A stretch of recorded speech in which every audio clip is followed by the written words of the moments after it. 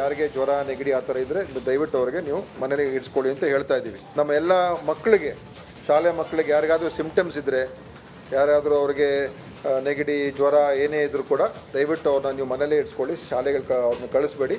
ಅವ್ರನ್ನ ವಾಚ್ ಮಾಡಿ, ಅವ್ರನ್ನ ಬೇಕಾದ್ರೆ ನೀವು ಟೆಸ್ಟು ಕೂಡ ಮಾಡಿಸ್ಕೋಬೋದು, ಕೋವಿಡ್ ಟೆಸ್ಟು ಮಾಡಿ. ಬಟ್ ಎಲ್ಲ ಶಾಲೆ ಕೋವಿಡ್ ವಿಚಾರದ ಬಗ್ಗೆ ರಚನೆ ಆದಂಥ ಸಚಿವ ಸಂಪುಟದ ಉಪಸಮಿತಿ